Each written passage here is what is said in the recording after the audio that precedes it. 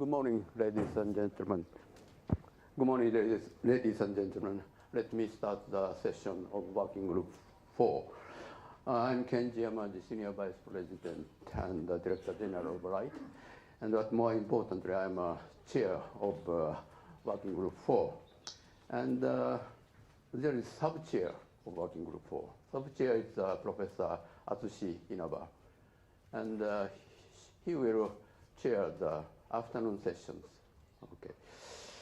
And the theme of Working Group 4 is on sustainable resources circulation for a global environment. And this is one of the Moonshot goal candidates that assembled or combined, integrated several examples of 25, among several 25 examples of Moonshot goals.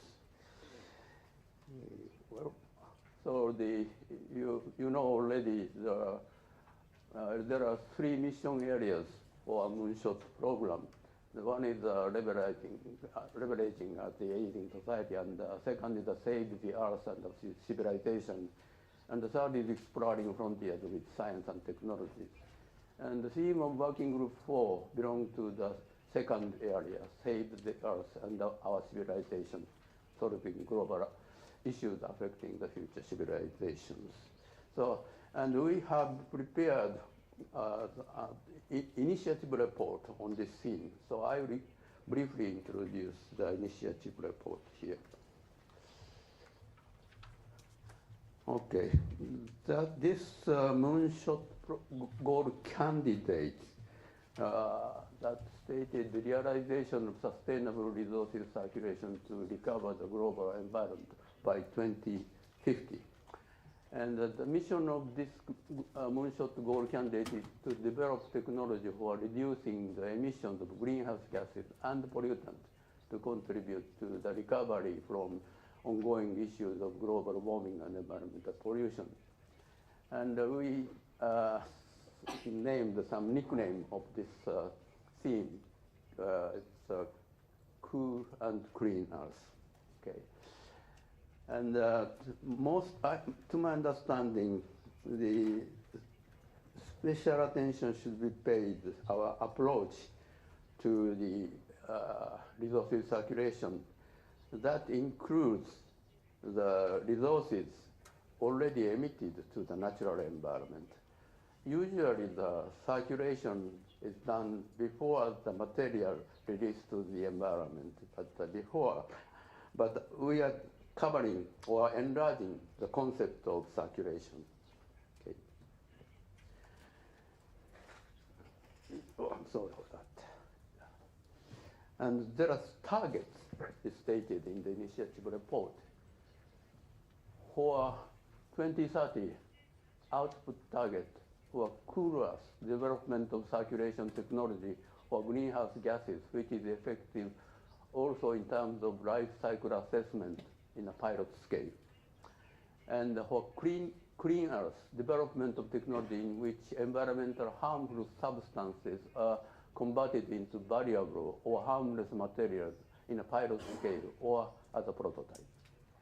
And for 2040 outcome, cool and clean earth, several small markets for the resources circulation technology will be created. And for 2050 outcome, cool and clean earth, realization of sustainable resources circulation to recover the global environment by 2050.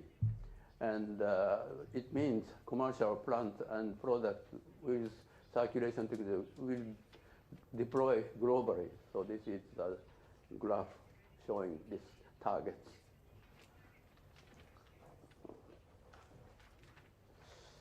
Okay, there are several very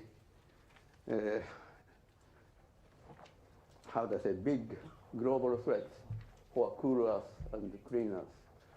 The first one showed here is a gigaton gap for the below 2 degrees C targets. That is a target agreed at the Paris Agreement for climate change mitigations. But the baseline, the vertical line is showing the annual emission of carbon dioxide emission greenhouse greenhouse gas emission in terms of carbon dioxide equivalent. And by the time of 2030, the parties joining the Paris Agreement declared or pledged their emission reduction targets. So the baseline is, oh, I'm sorry about that. Baseline is, with no policy baseline, emission will continue to increase. But with that pledged reductions, some nationally determined contributions, so this part is reduced. But Paris Agreement's goal to achieve well below 2 degrees C passes this blue. So still there are gigaton gap for reductions. And second is the issue of marine plastic litter. The marine plastic litter is threatening the many species in the sea. And eventually it will be a threat to our life.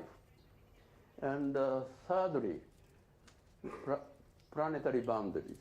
By our human-induced environmental changes, it is pointed out that in several aspects, our situation beyond the planetary boundaries, this is the green part is within the safe boundaries, and the yellow circle within some not so serious, but should be cautious about that. And beyond that circle, it is already dangerous. Particularly, nitrogen flow is big cross the planetary boundary substantially. So we pay attention to the nitrogen flow. So this is the state, our current state of our Earth. So we are challenged by the technology innovation in this theme of Moonshot program, goal candidate. One example is the carbon dioxide recovery from atmosphere. That is often called a direct air capture of CO2 in the atmosphere. And recovered carbon dioxide can be converted into fuel or various chemicals as a raw material. It is often called carbon dioxide capture and utilization. And recently, Japanese government says it is carbon recycling. Okay, so usually oh, I'm sorry for that. I should combustion of fuels by fossil fuels, carbon dioxide is emitted to the atmosphere. But there is already some efforts, including the RITE is developing some the capture technologies, but before emitting to the atmosphere. And then to store underground, that is CCS, CO2 capture and storage. And some development is being done where captured CO2 is converted to some variables, like such kind of fuels or chemicals, and some carbonate for the construction materials.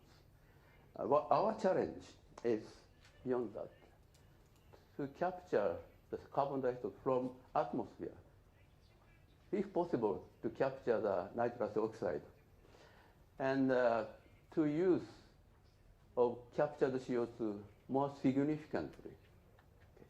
That is our challenge.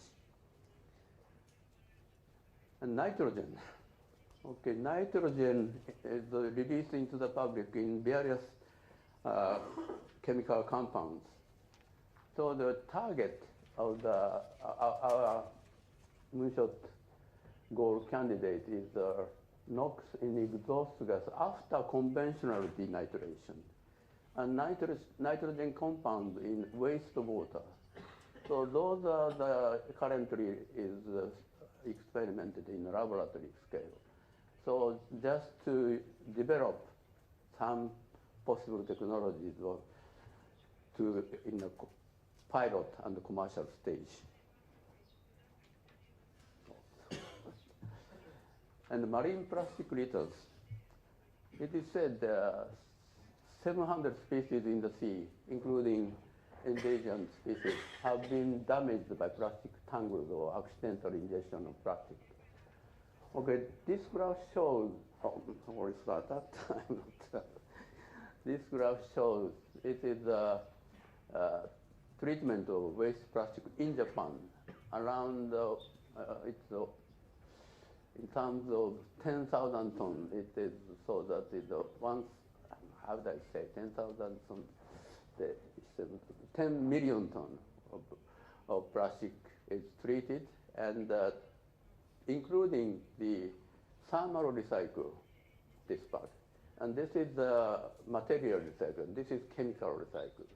So the rate of recycling of waste plastic is increasing more than 80% in Japan, but still looking globally, over this one, over 10 million tons of plastic flow into the sea in the world. So we should challenge to stop this situation. So one challenge is to stop ocean flow, okay? And another one is to develop switch function controlling the starting point and the rate of biodegradation, because we have already some biodegradable plastic, but we are thinking to add switch function of biogradation, controlling the starting point and the rate of biodegradation. That is one example, another example. Okay, so how this it's a mapping of the science and technology of the resource circulation for cool and cleaner. The horizontal lines, so the low concentration to high concentration. Vertical line, level of technology readiness from laboratory to the commercial one. So some are already in these areas. Some are biodegradable plastic in these areas. But for this theme of sustainable resources circulation for global environment aims at this area. So the technology readiness level is low, and concentration is also low. That is a challenge, our challenge.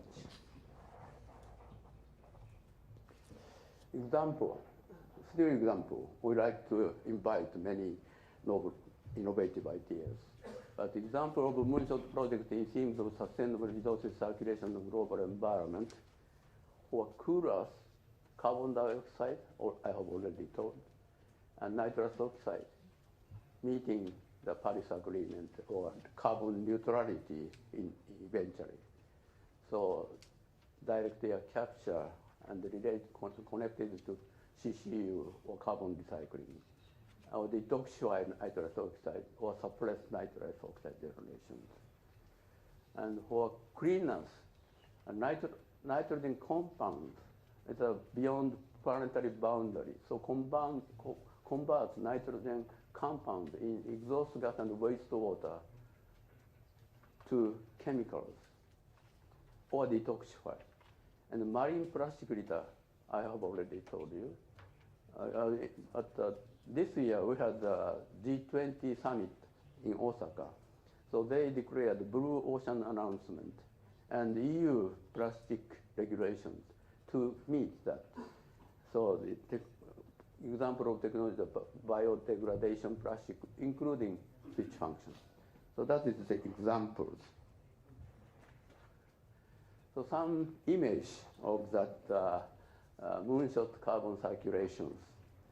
So the blue is a moonshot cycle, and the pink is a existing cycle. It's a case of carbon dioxide. So right now, this path is to try to done, including Japan. But in the Moonshot program, gold candidate, we like to realize that blue line circulations are kind of outer circulations. Okay. this is the case of nitrous oxide. Nitrous oxide source the various sources of nitrous oxide from fertilizers or power plants, and it is in ground and also the water areas. And to develop this blue moonshot nitrous oxide circulation, we are thinking.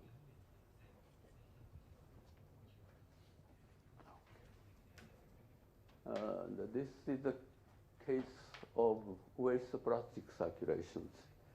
The concept is the same. Right now, including in Japan, waste plastic is recycled, material recycled, or chemical recycled, or thermally recycled. But in the case of moonshot cycle, some decomposition will switch functions. And to switch means in the ocean some carbon dioxide or nitrogen molecule is released to the atmosphere. That could be used.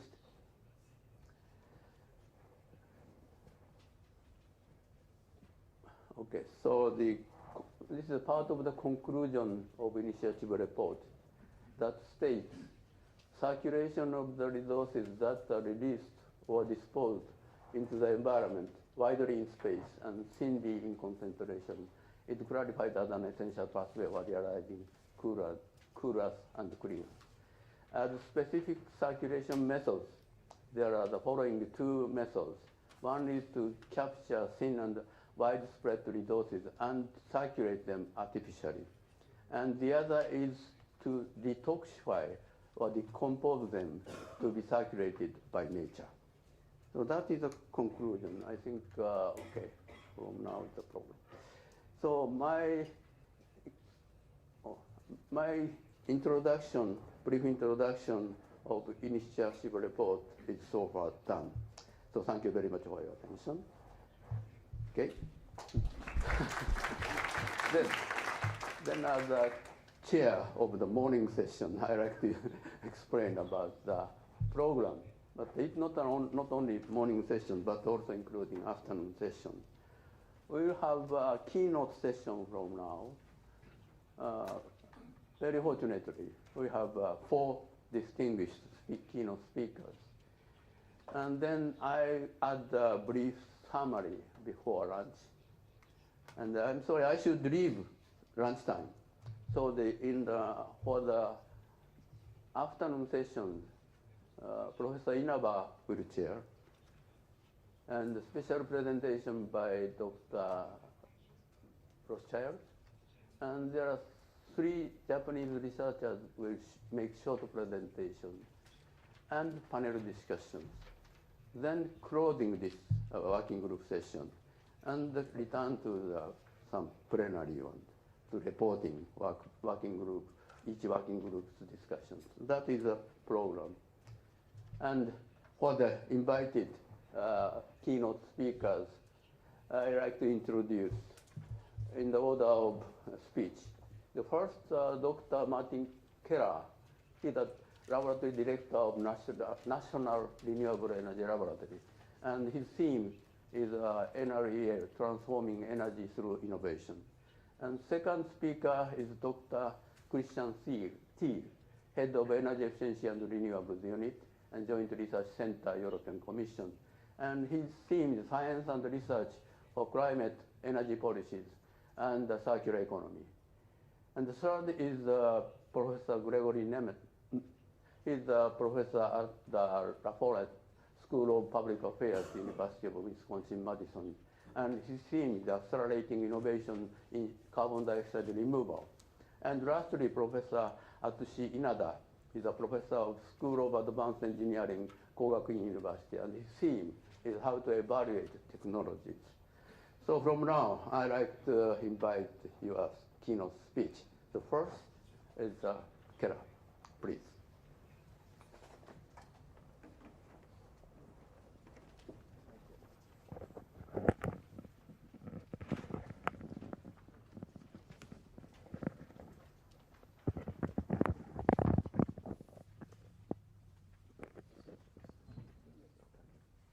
So, is this on? So, Mr. Chair, thank you very much. It's a great honor to be here. I also have to say you almost gave me a presentation already.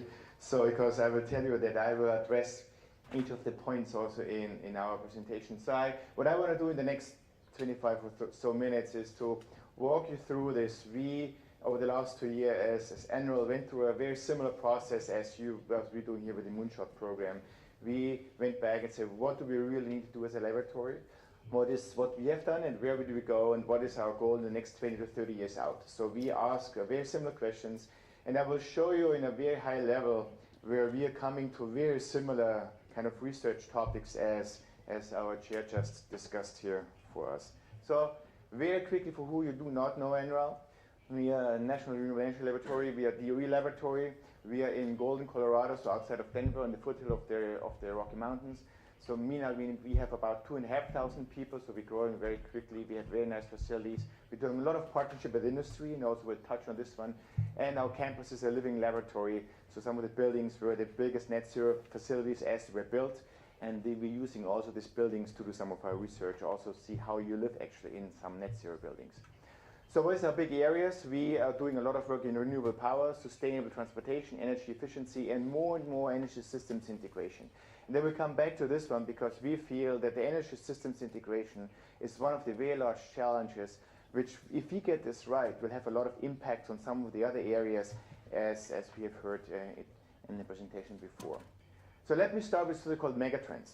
So we did not approach it like I said, we want to go to the moon, so what's the moonshots? We ask ourselves is, what are some of the big issues on our planet? What are the so-called megatrends?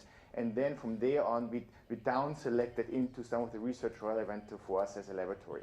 And again, I don't want to go to all of these megatrends, but I just want to give you a few at a very high level. You all know population growth. That's one of the big issues. 9.8 billion people by 2050. If you continue on this path, so we will need 2 times the resources our planet will provide. That's not sustainable. So we cannot continue this way on our planet, because at the end, how do we feed our people? How do we produce them housing? How do we produce work? We have to systematically change the way we're living in our planet. A lot of this is driven by urbanization. So by right now, there's about 30% of our people live in cities. By 2050, it will be 50%. Every week, 1.5 million people move into a city. So city will be the big innovations. A lot of innovation will come actually out of the cities and will spread across.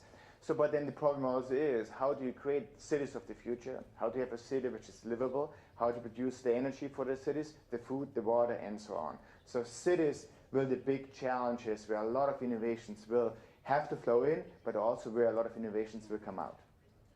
And then there's mobility. We are in the stage of completely changing the way we are using mobility. A lot of this through the electrification of our transportation in conjunction with autonomous driving. So when you see what's happening in the mobility sector, this is tremendous and will have a lot of impact for many other areas around this in transportation. So now looking into the future, looking at some of these megatrends, what is it when you collect all this? And we came up with this so-called outlook into the next 40 years, what we used as a criteria to then identify what the research is, what you want to engage in. So a couple of these assumptions. Growth of energy use in the developing world will by far outpace growth elsewhere. So that's clear. I mean, I just was in India 3 weeks ago. When you see there's still in Delhi, I mean, there's still big areas which are still dark. So we will have a big growth in the emerging countries. And again, this is the way how we're doing this and how do we right that they don't make the same mistake like we do. Global renewable power demand will grow. We say this train left the station. Renewable will move forward, and also show you why, because right now it's very clear, at least in the US in many areas, it is the cheapest way of producing electricity, and this trend will continue. Urbanization trends will dominate new infrastructure growth. That's what I said. I mean, the trend will come out of the cities. Electrification, electric vehicle adoption will grow strongly. So that's, again, it's will happening. So this train, again, also left the station. So I think when you go into commuter traffic with individual cars, it will be electrified. This said, demand for high-density liquid fuel will also grow. Again, that's a big of the challenges.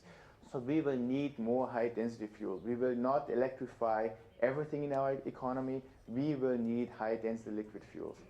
And then the 3Ds, digitalization, data, decentralization, will be a strong driver for energy transition. Again, also we'll talk about this in a little bit. So this is what our vision looks like. That's the vision plan for NREL. And again, you see 3 big areas. So first of all, in the middle is what we said, workforce. And we also talked about this yesterday. Workforce will be a big driver for the future. When you see globally, there will be a lot of competition for the top talent globally. So that's why we said we need to create the workforce of the future in a laboratory where people want to come and stay. And then there's the 3 research area. So the first one is the integrated energy pathways. And we'll talk about this in more details because that's a little bit the bread and the butter of our laboratory. And I will explain what we mean with this. And then you see there's 2 emerging new areas. One is the electrons to molecules. So using new ways, let's say electrons, and can you produce hydrocarbons? And we will talk about this in a second. And the circular economy of energy materials. It's a little bit exactly what you presented there, and we're also working on the plastic side. So I will touch on each of these 3 different areas to give you a very high-level view of what we're seeing and some of the very important projects in this area. So the first, integrated energy pathways. So the lead research that enables the foundation knowledge and technologies to optimize the integration of renewables, buildings, energy storage, and transportation, modernizing our energy systems, and ensuring a secure and resilient grid. So there is a lot of challenges we have on doing this. And again, I want to touch very high level on some of these topics. So first of all, even in the US, we're going through a transformation in the energy space. And that's accelerating very, very quickly now, almost every year. So why is this? And again, this shows you the current cost of different ways to produce electricity. Black line you see is coal. And you're seeing huge decline in coal in the US over the last couple of years, driven by natural gas, so the increase of natural gas. Natural gas right now is much cheaper than coal. You're still seeing nuclear, and you're seeing right now, it's still down there, but you're seeing that wind and solar is catching up very, very quickly. In many areas, there's more than exponential growth in these new technologies. So the question is, why do we see this transition? And it's very simple, it's cost. Cost is the biggest driver right now in the change in the United States. So just to give you a little feeling, nuclear is $148 a megawatt hour, coal 102, gas combined cycle 60, utility scale solar is now down to 50, wind at 45. And now look up here, so this was some of the latest power purchasing agreement in Colorado for Excel. So Excel got this is project which will be deployed by 23. Wind is now down at $21 megawatt hour. This includes 4 hours of storage. And solar, utility scale solar, $36 megawatt hour, including 4 hours of storage. So the shift away from coal, and also now more and more that not more natural gas plants will be built, but more renewable plants, is because of the driver of the decreasing cost in these areas. In addition, what we're seeing is a big change in the US economy towards electrification. So we've done a so-called electrification study to see, when you look out, what is the forecast for the electricity demand in the United States. Right now you're seeing there's non-electricity, which mostly is transportation, some of the industry, and then here areas which are already electrified. When you look forward, by 2050, we're seeing scenarios where we're seeing increased electricity demand. And again, this is mostly driven out of transportation. So when you look at the medium scenario, which is about 20% increase, high 38% increase. So now the study is about a year and a half old. If you 2 years, if you would do it again, we would predict this number, I'll even go higher. So we will need more electricity in the near future for our economy. So what's going on the traditional research side for solar and wind? I just want to give you this very high level, because there I could talk another hour for this. But when you see that some people say, well, why do we still continue research on wind and solar? We are already below grid parity. But the argument is that even there is tremendous new innovation flowing into the space. When you summarize this on the solar side, I would compromise this in 3 different areas. So the one area is there will be new materials coming online, hopefully in the future, which can completely revolutionize the way of making solar panels. So there's so-called solar inks. Perovskites is one of these molecules. And you could envision that you make solar panels very similar like we make newspapers. So you have this new inks that you can spread out of a thin matrix, very similar like spraying it on. And if this technology will mature, you could have solar panels everywhere. In addition, what you were seeing is that we continue to integrate solar onto the bigger grid. So the integration of all this is a big driver. And the third one is also in the CSP, which is the concentrated solar, to using this towards production and generation of heat in combination with storage.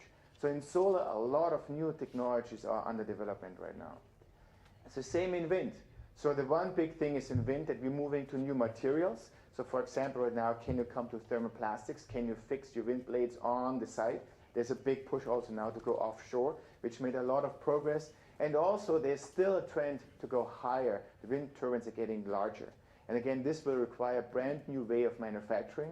In the US, we reached the limit on land that we cannot transport the blades to the wind sites anymore because they're getting too big. So we need new manufacturing pathways and processes to make the wind blades on site to reach about 140-meter hub height. If we do this, we have wind in all 50 states across the US. But the big challenge, again, is coming back to the energy systems integration. This is our newest facility. We're working into this, how to integrate all this together. How do you work into this to integrate wind and solar, but then also transportation? If everybody charging their cars, in front of their doors for electric cars, how do you integrate all this? What do we need to do to have the grid of the future? And again, this is where I want to spend a little bit of time, because I see this on the grid level as one of the very large challenges to see how the grid of the future will evolve and how we do this right for the next generation. So let me talk a little bit about this, what we are seeing on the grid. The grid fundamentally is changing right now. Historically, the grid was pretty simple. You had big generation, you had one directional, you went from the generation side to the transformer stations to your house. And now this paradigm is completely changing. The so-called grid edge is in a complete transition.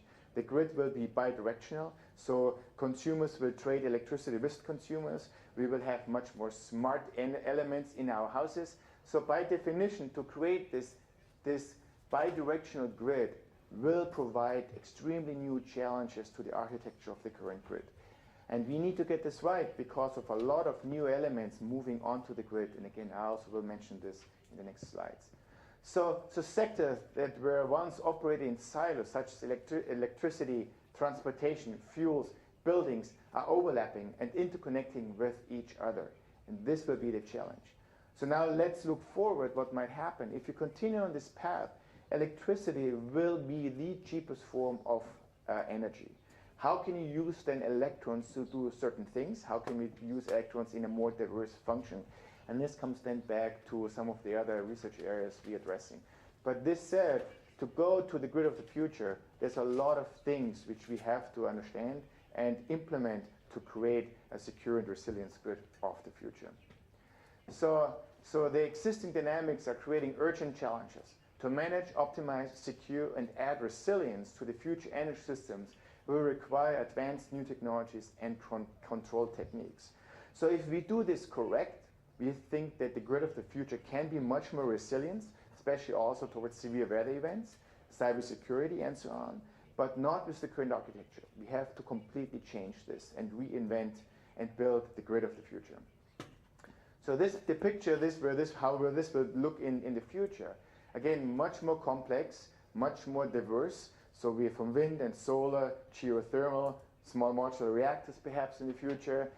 Buildings will be smart, buildings talk to each other, the grid will be directional. So completely new way in architecture to develop electrons to the customers and how customers potentially also sell their own produced electricity. So this is where we're moving. So historically we were centralized, big production sites, grid goes out into one direction. It now moves to be much more decentralized, but now more and more it will be much more distributed. And this again where some of the new challenges will arise. How do you control this distributed grid of the future? And again, this is not only driven by wind and solar, but also through a lot of the so-called power electronics devices which will now come onto the grid. And again, this is also what I want to talk here. So now let's take a look where we are right now. So when you look into some of this, again, this shows you the system. Oops, sorry. How do I go back? So how do we go back? This one? So this shows you the system size. So this shows you how much wind and solar we have on some of the grids. So when you look, for example, in Hawaii, there's annual energy of 36% already renewables, with installed generous power about 76. You see that there's still peaks where we're producing a lot of renewable already. And over the year, we are roughly, for some of the areas, about 36. Texas is 19. The Western Interconnect is about 10%. So this will increase significantly over the next couple of years to come. So now what are the technical challenges? So there's lower system inertia because we can have to move away from frequency to stability. So we probably will control the grid more in voltage instead of frequency. It's a completely new, different process.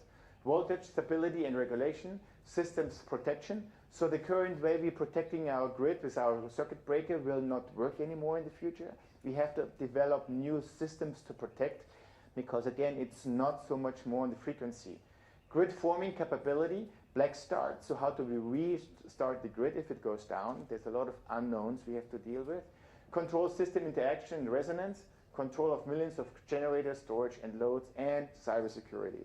So this is some of the big challenges, just to name a few, which we have to get under control with the new way we're moving towards more renewables on the grid.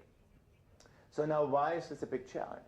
Because not only that we're putting more distributed systems with wind and solar onto our grid, but also on the grid we're seeing much more of these so-called power electronics devices going onto the grid. So of course we all have power electronics devices in the wind turbines. Every LED light is a power electronics device. Electric vehicles, but even in traditional technologies like a pumped hydro, you're seeing that power electronics devices getting inserted in there because they're easier to regulate. So, but now suddenly what you will see is that power electronics devices will be the major devices which give us a new opportunity to control the grid. But suddenly, right now, we have no idea how to do that. So this is a very busy slide, but just to give you a little bit of a sense, as we migrate from centrally controlled synchronous generator-based grid to a highly distributed inverter-based grid, we need smart inverters with additional functionality to maintain grid stability, and we have to improve optimization for millions of controllable devices on the grid. So we're moving, for example, on the eastern grid, there's right now 10,000 producers which we control the grid on. Some of the estimation shows that we might have 10 million devices to control, but we cannot control them in our traditional control centers. It's not possible anymore. This is why we're trying to work on some of these new algorithms to break this up into little segments and find a brand new way how you could control the grid of the future through the power electronics devices. So this leads us to the creation of autonomous energy systems. So all this in the future will be done by artificial intelligence, machine learning, and so on, which again also immediately causes concerns because of cybersecurity issues. If you have all these controller devices on the grid, you also have to make sure that people are not using these devices to come and hack into your grid and to turn your lights off, so to speak. But this will be where a lot of the research will go. This is not only important for grids, that's the same problem we have in transportation when all these cars start to communicate with each other, same problem. All buildings will talk to each other, same concern. And also the way we're controlling wind plants right now is the same kind of issues, where we need to develop new ways to do this kind of controlling of these systems. What do we need? We need new algorithms in non-linear controls. We have to work on new optimization algorithms, so there's a lot of very fundamental math required actually to do this. We will have working with very complex system to collect the data, manage the data, and do very short-time decisions on the data. And big data analytics is the big issue by integrating all this together. So to give you this example, right now we model and simulate the whole eastern continental grid. We do this right now in 5 minutes intervals using high-performance computing for doing this. To run this new autonomous systems, you have to go down to about 2 seconds. To do this is physically right now not possible. So we need new algorithms, new computing, new way of looking at all this data, and new way to integrate all this together. Now moving to electrons to molecules. So now let's go back what I said. So what if electricity is the cheapest way of producing energy? So what if we find new ways to using these electrons and do something else? And this is coming what we call electrons to molecules.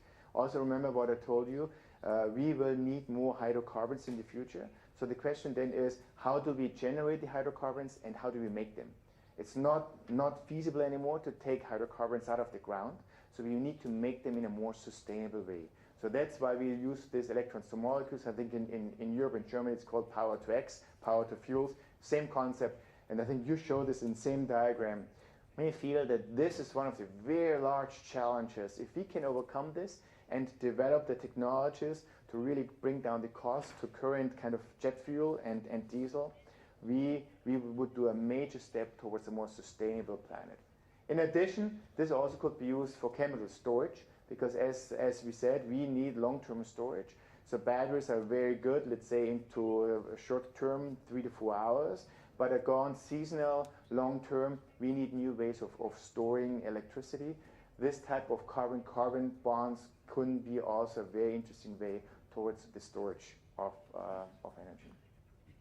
So what we're trying to do is, so let's use electrical energy sources, and again, very similar diagram what you showed.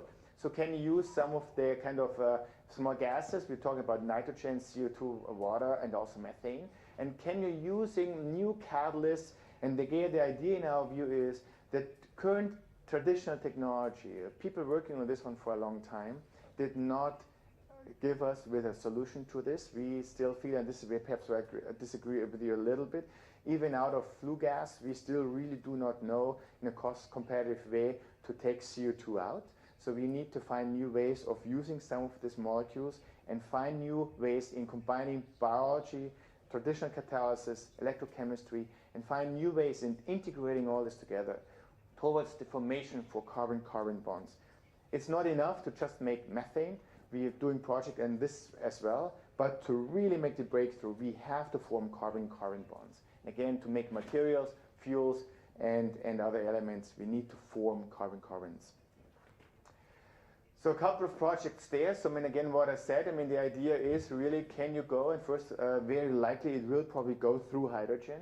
To do this, to get the reducing power, you need to go through hydrogen. We do have a lot of programs to using or producing renewable hydrogen using wind and solar and using water to create through electrolysis hydrogen, different ways of doing that. And then we have to find a new way to take CO2, and again, focusing onto carbon-carbon C+ is the goal. There is pathways to go to methane. I'll show you one, which is getting very close to move into the next phase of commercialization, but the holy grail will be to move to carbon-carbon formations. So how we using this in the so-called e-fuels, how we call this, we breaking this into early stage, medium stage, and late stage projects. Also what you can see up here is we also pick top partners, because this is a big problem. We cannot do this alone. Then this is also where I think I enjoy this discussion a lot, and again, where we need to collaborate across our boundaries and borders. I think it's very important to pick the best brains from all over the world to work together on some of these problems. And you also will see that we also always linking this to some companies, because we feel it's very important doing the research together with some of these leaders in the area very early on to see what is really scalable, which one is it what we don't want to move forward, and having the input from some of our industrial partners is, in our view, a very important element to move this forward. So this is one of the projects which is very close towards kind of deployment. So we having a reactor, we're working together with a couple of partners there.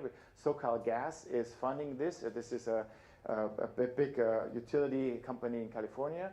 And then we have Electrokia. It's a startup company. And the idea was to using methanogens, some of these bacteria, which are very well known to take hydrogen and CO2 and forming methane and also heat. So we having now this reactor working at NREL, where we're now looking into the systems integration into all this. Again, this is one of the pathways which might lead to biogas, which you then could still feed directly into our gas pipelines. Let me finish up with the circular economy, because again, what I said, we need to completely rethink the way we're doing our resources. So we need to bring our materials back into the economy. That's why we created this, what we call circular economy for energy materials. So this is for energy materials, composites and polymer, and also future adaptive materials for energy systems. So we see that this is a long, long haul for this type of project. This is not just a recycling program. So the idea there is that you bringing the design and the reusability of the materials very early into design of the different components. So give you an example. Right now we're working on batteries mainly only to increase storage and keep the room small to put this into our cars. So now then how do you recycle some of the materials is an afterthought. So we think we have to bring the reuse of the materials into the design element at a much earlier stage. We all know that if you continue this path and if we all drive electric cars, cobalt will be a big issue. We will not have enough. So this needs to be part at a much earlier stage to bring this element into design of the energy materials. Very similar what I've heard from Japan is we started with some plastic and upcycling and also with polymers in general. And there's also an interesting link back to Japan. Some of our scientists, which were also published now in PNNS, the PETAs was actually from the organisms isolated here in Japan from the plastic recycling plant. So we did the three-dimensional structure of the protein, found a way actually to optimize and engineer as enzymes to do a better job. So we are very excited about this stage where this whole plastic upcycling can go. The same what you're seeing here, that we teaming up at a much earlier stage than we have done historically with some of the big companies in this area to help us very quickly to see what some of the early stage research is also scalable.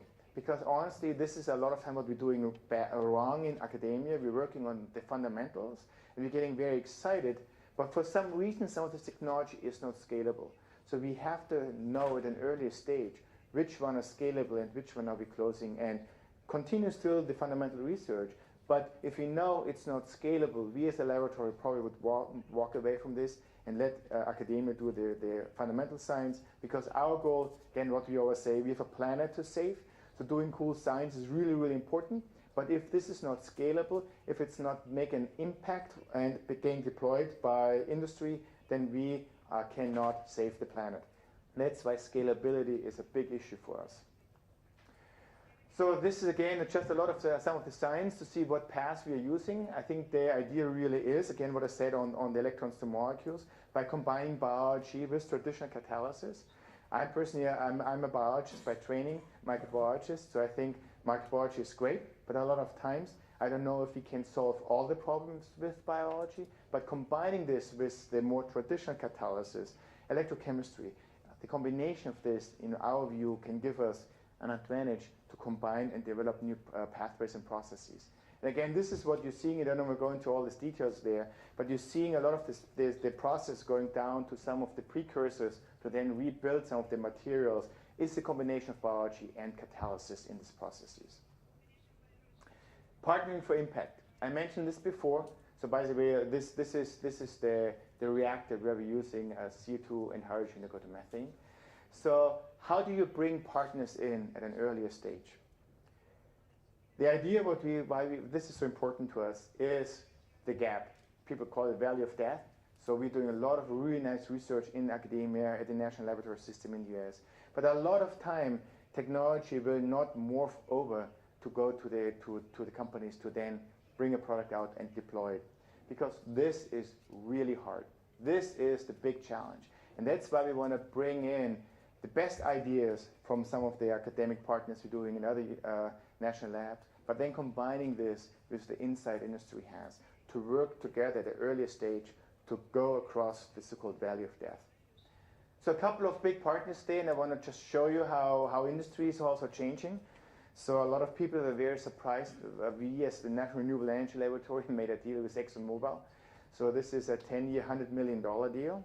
And again, this is designed exactly how you described this. So this will be a gateway proposals where we working with Exxon and NETL, another laboratory, to pick also the best scientists within our laboratories, and also with some of our university partners and other national labs. Bring them in, but then also work hand in hand with the Exxon scientists to very clearly work through some of these issues to see if this technology is scalable.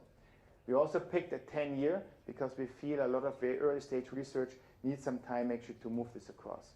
Shell game changer, same concept. We're working with some of the startup companies. We selecting together with Shell. We help to further deploy and develop the technology, and then Exxon will be the first kind of customer for this technology.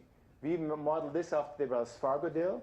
That's another $30 million deal. We're doing the same, where we're looking for all the best startup companies across the US. And the efficiency side, we bring them in. We help to mature technology, and then the first customer will be Exxon, or will be Wells Fargo, and they will deploy this technology in the branches. Extremely successful as an incubator. When you look at our success rate, 1 out of 3 companies we worked with make it through this process and then develop and have some follow-up customers. We also have a program with Eaton, where Eaton now sits in our facilities. There's up to 40 people who will come to us. And with this, I want to stop, and I don't know if we have some time for questions.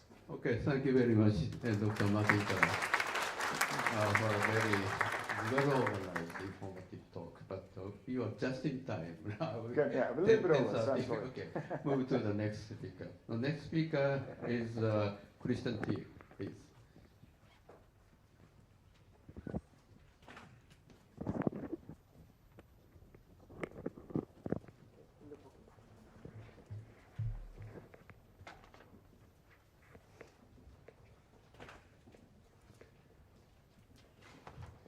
Thank you very much, Mr. Chairman, for the kind introduction, and good morning to all of you. My name is Christian Thiel. I'm the head of the Energy Efficiency and Renewables Unit of the Joint Research Center of the European Commission. And as a matter of fact, I'm very excited. It's a great honor for me to speak to such a distinguished audience. And I will present to you over the next 30 minutes how science and research in Europe helps to achieve very ambitious targets for climate and energy action, as well as for a circular economy. And before I start with the actual presentation, I would like to actually congratulate the Japanese government for this really bold Moonshot initiative. And I'm very happy that I can be part of this journey today and yesterday. As a matter of fact, I was very inspired already by the talks yesterday, and I keep on being inspired by the talks of this morning. So we will see if I can add anything to this. Before we dive directly into the presentation, let me give you a very brief overview of what I want to talk to you about. First, I will explain to you a little bit the role of the Joint Research Center.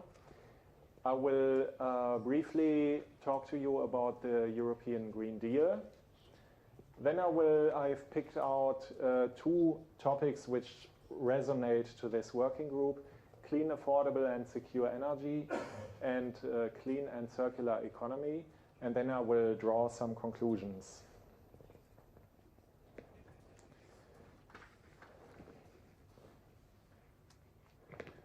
So the Joint Research Center is the European Commission Science and Knowledge Service.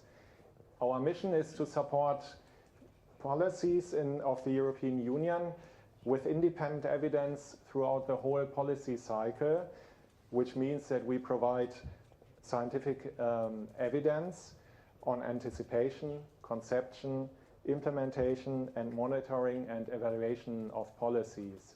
You know that no policy is perfect, so it is very important to actually also close that cycle, not only to close the carbon and nitrogen cycle, but also the policy cycle. Now, let me explain to you a little bit how we organize the science and knowledge service work. One of the main issues for policymakers is not necessarily that they need new or more knowledge, but they actually need the right knowledge at the right time in a digestible format. So making sense of all the knowledge that is out there means to bring the most pertinent science at the right time, in the right place, in the right form to the policy debate. And this is what we are working on. And to make sense of research in systematic ways can then address the burden of an overabundance of knowledge and data, as well as clarify and strengthen the scientific consensus on policy-relevant issues, often challenged by the fragmentation of expertise or also cherry-picking. I think we see this a lot in various contexts. And we try to bring back the scientific evidence to the policy making. We help the policymakers by managing knowledge that combines then our own expertise and findings with information from other sources, and we package this into a digestible format.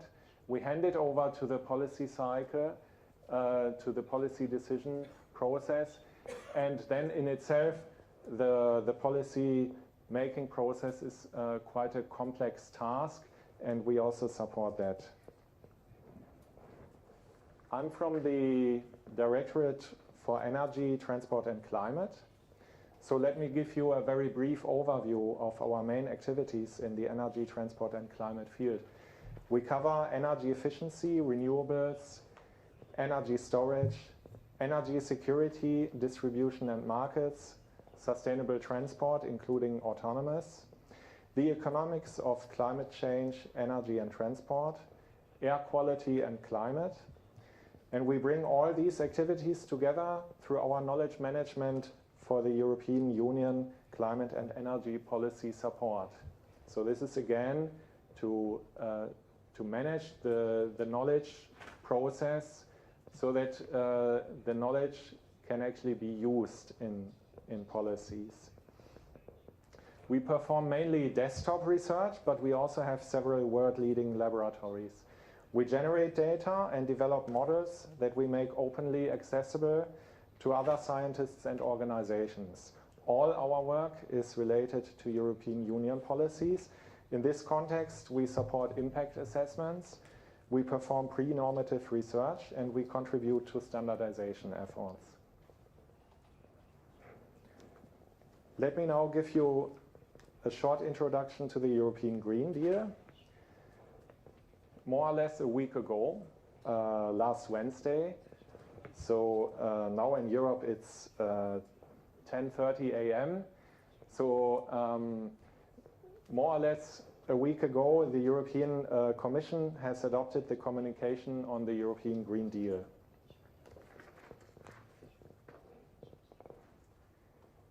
And the European Green Deal is about improving the well-being of people, making Europe climate neutral and protecting our natural habitat will be good for people, the planet, and the economy.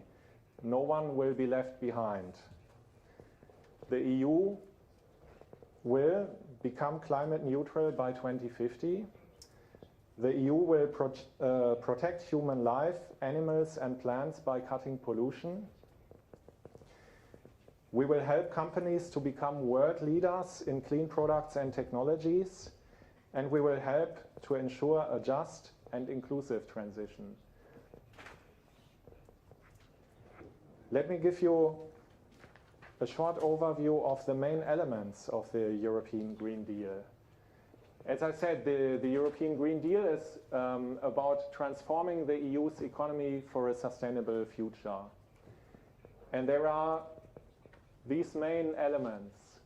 First, to increase the EU's climate ambition for 2030 and 2050. To ensure the supply of a clean, affordable and secure energy. To mobilize industry for a clean and circular economy. To accelerate or to ensure building and renovating in an energy and resource efficient way, to achieve a zero pollution for a toxic-free environment, to preserve and restore ecosystems and biodiversity. We will also have a farm-to-fork strategy which will ensure a fair, healthy, and environmentally friendly food system. And we will accelerate the shift to a sustainable and smart mobility. There are other cross-cutting elements. One is mobilizing research and fostering innovation via our Horizon Europe framework program. And then the other elements are to ensure the financing of the transition and to leave no one behind. So to ensure that this is a just transition where everybody can profit from this. Now, we don't have the time in the 30 minutes to talk about all these elements. So I've picked two of the elements which I think are mostly aligned with this work group. One is the supply of a clean, affordable, and secure energy, and the other one is to mobilize the industry for a clean and circular economy.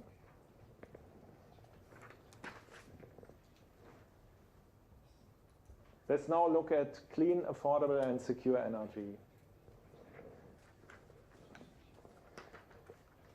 When we look at the long-term vision, it's important to understand the role of different technologies to achieve a climate-neutral future. On this slide, you see the capacities of the future power generation park in different scenarios for the European Union. The left three columns show snapshots for the years 2000, 2015, and 2030.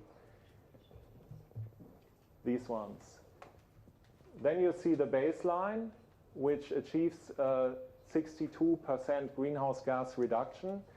And the baseline basically is all the policies that are currently adopted in Europe. This is still far away from a carbon neutral future, which you see here at the far right end, where we want to achieve actually 100% climate neutrality. And what you see in this picture is, which I think resonates very well with the other talks that we had today already, is we will witness a huge transformation of our energy system. We basically go away from a fossil-powered system, energy system, to one which is largely based on variable renewables. And then, of course, when you go in this direction, you need energy storage, you need more interconnection, you need demand management, you need to couple the sectors via, for example, also hydrogen, power to X, and so on. In addition, for climate neutrality, we will need CCS and, most notably, also bioenergy CCS, because otherwise we cannot become 100% climate neutral. And the electrification, the underlying electrification, is an important element that you see in all these scenarios. Still, we will still have to tackle also the sectors which cannot be 100% electrified. I will get back later on that. We already have many market-ready clean energy and mobility solutions, and their deployment globally is going ahead, full steam, or I should probably better say full power. We need to deploy these technologies at a much faster rate in order to become climate neutral until 2050. So, as a matter of fact, while research and development is important, we already need to deploy with the no-regret options.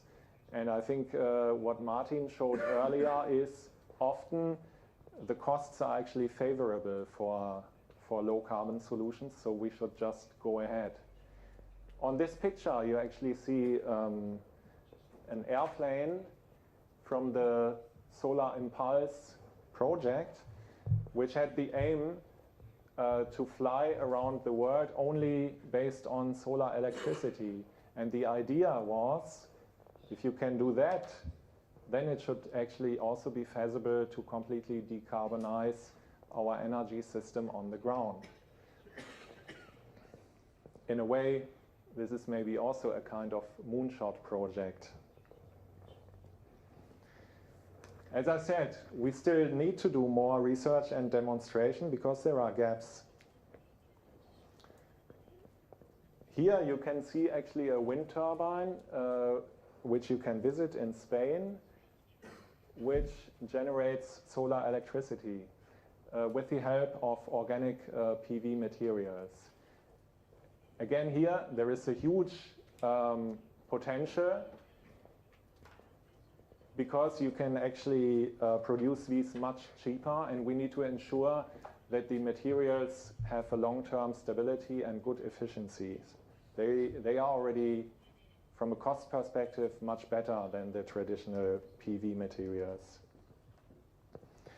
And we need to remove other barriers that stand in the way towards a climate-neutral future. Besides the work on technologies, we need to work on system integration, energy storage, sector coupling, and new clean energy vectors.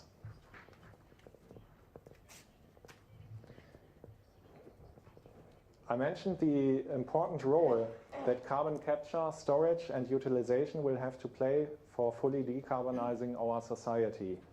In the European Union, we are working to ensure that carbon has an appropriate price to foster the deployment of clean solutions, because otherwise CCS will never become a business case. If you don't have a price for the carbon, then it will be very difficult to actually make a business out of this.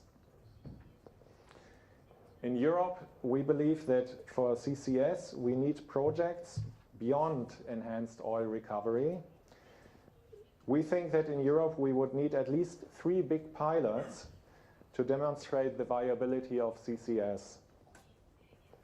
Direct air capture is a niche that is worth exploring, but it requires quite substantial amounts of electricity. I recently read a paper where they projected if direct air capture would have to play a big role by 2100, that would involve something like 25% of the entire electricity demand that would have to cater the direct air capture.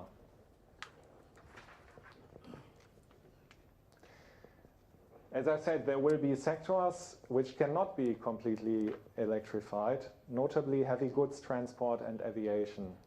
For these, we need sustainable alternative fuels. And these also basically would work well together with CCS, or carbon recycling, or CCU in that case. Electrofuels and recycled carbon fuels are promising alternatives.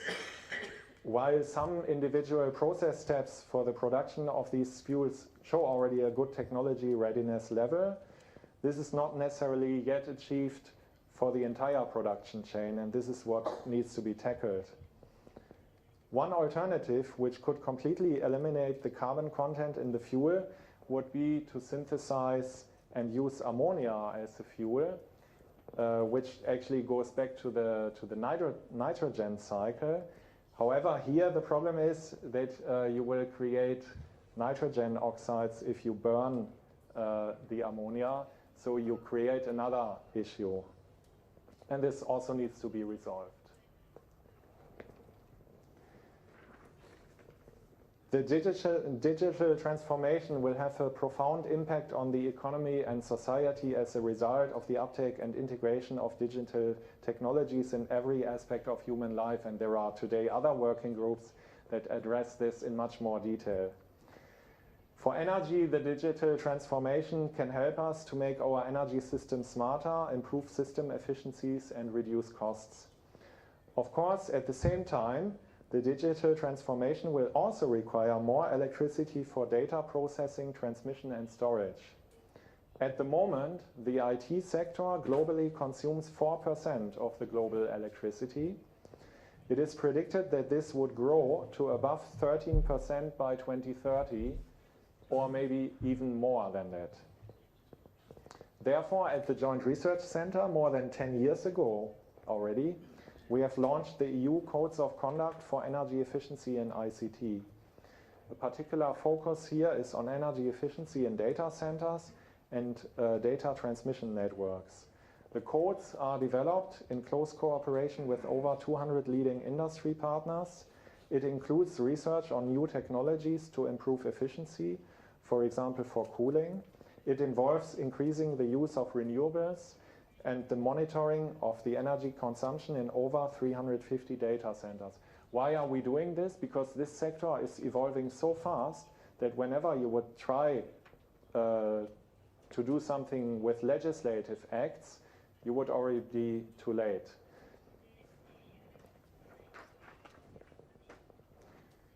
There is another element which was already mentioned yesterday and also brought up in the conclusions this morning of yesterday's discussion, because we need not only to win the minds but also the hearts of our citizens for our journey towards a climate neutral society. A broad citizen engagement is paramount for success.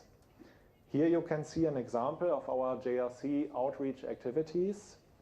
On the picture you can see citizens who produce their own solar cells with the help of a pencil, glass plates and blueberry juice, and it works.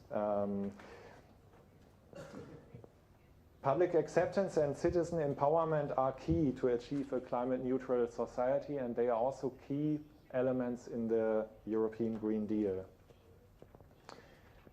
The JRC's technical support to the Global Covenant of Mayors, the City Decarbonization Initiative, is another good example of how science can help citizen action. Tokyo, by the way, is also part of the Global Covenant of Mayors.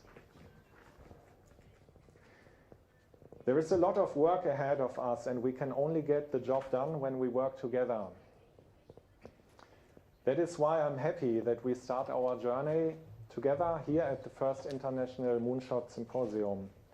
We need to share our data, models, and expertise. The JRC Science Hub, its data catalog, and our knowledge and competence centers are fully catering the needs for a fruitful cooperation. The JRC, since a long time, has very fruitful cooperation activities with other organizations. As a matter of fact, we cooperate with many of you. Let me give you just one example. The European Solar Test Installation, which is one of the leading laboratories in measuring the performance of photovoltaic devices and exists since the 70s, is working together with the NREL laboratory and AIST. And they together have spearheaded the global standardization efforts in photovoltaics performance measurements. This was done when nobody even knew a lot about photovoltaics, but the first standards were actually written from our previous colleagues in the early 80s on how to even measure the performance of photovoltaic devices. The family of the photovoltaic standards of the International Electrotechnical Committee are one important reason why actually we have witnessed this impressive success of photovoltaics in the deployment globally with ever decreasing costs at uncompromised performance levels.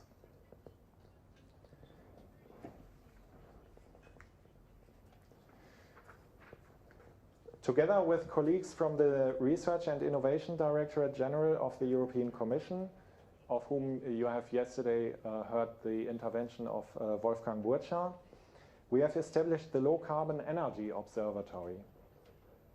The Low Carbon Energy Observatory takes stock of the latest progress in research and innovation for key energy technologies and produces regular snapshots on technology development and markets. In order to support progress globally, we make these snapshots publicly available on the Strategic Energy Technologies Information System. You will find a lot of detailed information there, and you will find a lot of detailed information also on carbon capture, storage, and utilization. So I invite you all to visit this site and to download the, at the moment, 22 different reports that are available there, and they are still growing because we have not yet finalized all of them. Let us now have a very quick look at how research and innovation can also support a circular economy. As we have already heard before, in Europe and other regions, waste causes big environmental problems. The Circular Economy Initiative of the European Union, as one of the elements of the European Green Deal, has the goal to support the circular design of all products. It prioritizes reducing and reusing materials before recycling them. Let me provide you some insights on how the European strategy for plastics in a circular economy helps reducing marine plastic litter. In Europe, we try to tackle the challenge at the source. In the first place, we try to avoid plastic waste. Besides plastic reuse and recycling, we are mandating the use of biodegradable plastics or even bio-based plastics, which can be quickly and efficiently decomposed in case that they get released into the environment. Several projects funded by the EU Framework Programme 7 and Horizon 2020 have studied innovative ways to reduce marine litter. The Joint Research Center supports these activities, amongst others, with its mapping of marine litter and its associated database of marine litter. Let me now come to the conclusions.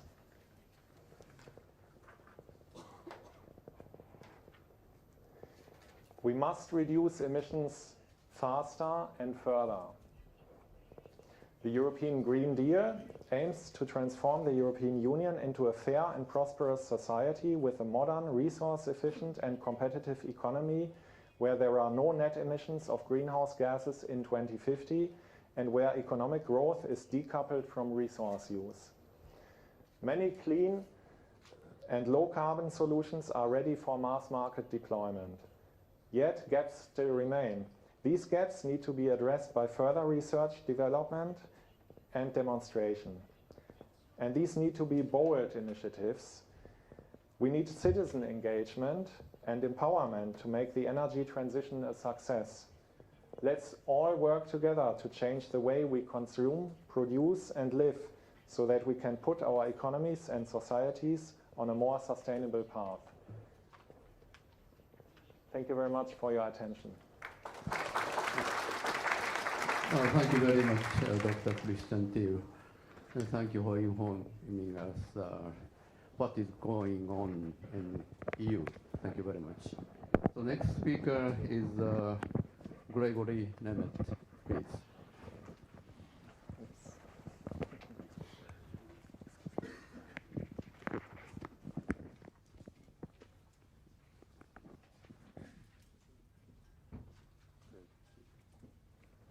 Great. It's great to be here and exciting to see the Moonshot program and to be part of this symposium. And I'll just start with making 3 points that I just want to make in the slides that I'll show today.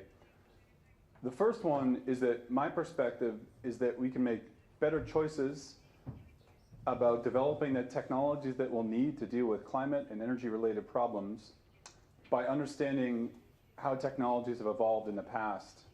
And solar PV is one of the technologies that's absolutely been a success, and I think there's a lot to learn from that. My second point is that direct air capture has the potential to be a really important part of dealing with climate change, with the key challenges being, as we heard before, energy, capital cost, and potentially dealing with solvent regeneration and use. That's the second point I wanted to make. And then finally, if we're going to use previous technologies as models, even successful technologies like solar PV, we need to find ways to speed up those models, because even though solar PV has been such a great success, it happened far too slowly for any of the technologies that we've been talking about the last couple of days to be relevant on the timescales that we'll need them. So acceleration is absolutely important part of this. So let me just start by showing a few slides here. First one, and this is the slide that I use to depress and discourage my students. And that's not the intention of doing it, but I realize that's been the effect. So first is that if we're going to make an energy transition, we want an energy system that's clean, that's cheap, and reliable. I think everybody would agree on that, but people disagree strongly on which of those three criteria are most important. And so first of all, consensus is difficult. Second, if we look at transitions in the past, they've taken long time. They've taken 60 or 70 years to go from a wood-based economy to a coal-based economy and something similar to get to an oil-based economy. And so if we wanted to get to an economy that's low carbon, including a lot of the technologies we've heard about this morning, we need to do something that happens a lot faster than these previous transitions have happened. And then third, we're not talking about putting sulfur up in the atmosphere or particulates that rain out of the atmosphere in days to weeks. We're talking about putting CO2 in the atmosphere, some of which will stay for hundreds of years, and so 100 years is a good framework to think about. So for all these reasons, I realized that I was discouraging my audiences, which was the least of my intentions of working in this area, not why I work in it. So one thing I've tried to do is come up with a list of reasons for optimism about dealing with energy and climate problems. And I've actually found that each of these reasons has become more convincing, and I've also started to realize that the list is too short, that there are more than 8, and that other people have other reasons that are important.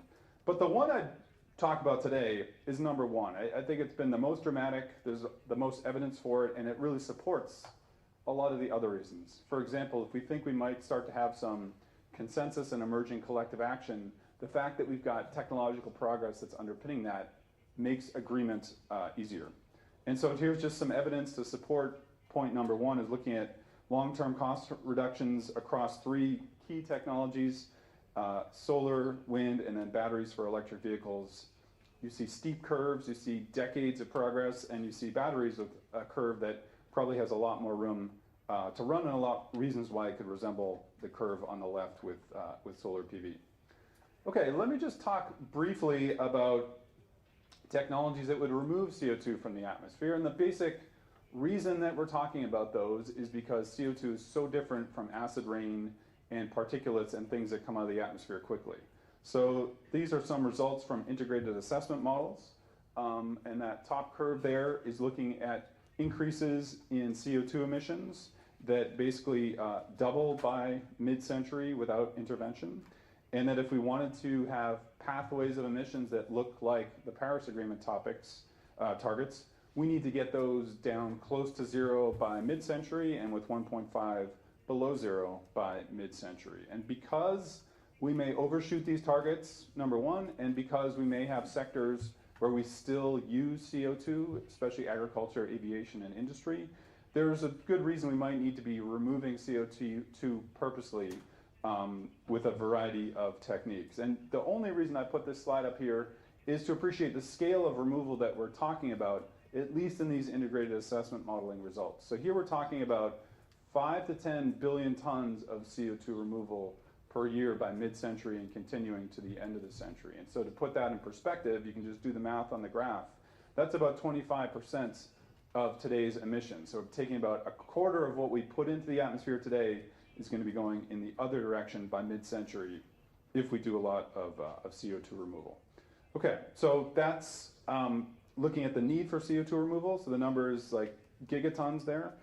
There's a variety of approaches here, and this is some work we did a couple of years ago, or last year, that we summarized in 3 papers. And one is to think about the diversity of approaches to removing CO2. Some are photosynthetic basis, and others are with a chemical basis. And the one I just talked briefly about today is direct air capture, one of those chemical removal techniques.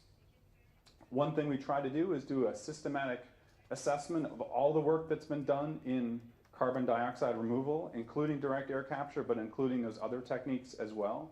And you can see from the top figure that the growth in publications has continued, so that we have 2,000 to 3,000 articles now published on negative emissions or carbon dioxide removal. You can see on the bottom figure, looking at the IPCC assessment report cycles, how there's been a trend from early efforts on this that really looked at planting trees and ocean fertilization to starting to look at bioenergy with carbon capture, and then a much broader set of techniques that are included in the current assessment report area. So that's one important message with carbon dioxide removal. There's a lot of different approaches to it. One thing we try to do is also to place this literature in a process of innovation. So if we think about a lot of the work that we've heard about the last couple of days with the Moonshot is mostly, I would say, in that left-hand part of these stages of innovation here, research and development. And I divide these stages into the left-hand side, which is really about the supply of technology, sometimes called technology push, and those on the right, which really have to do with the demand for that technology or markets or how they might become adopted. There's clearly a sequence here, but there's also feedbacks from one to the other, especially from later stages to earlier stages. So what we try to do is, what we did, is take these 2,100 articles on carbon dioxide removal and place them sometimes in multiple of these different categories of innovation.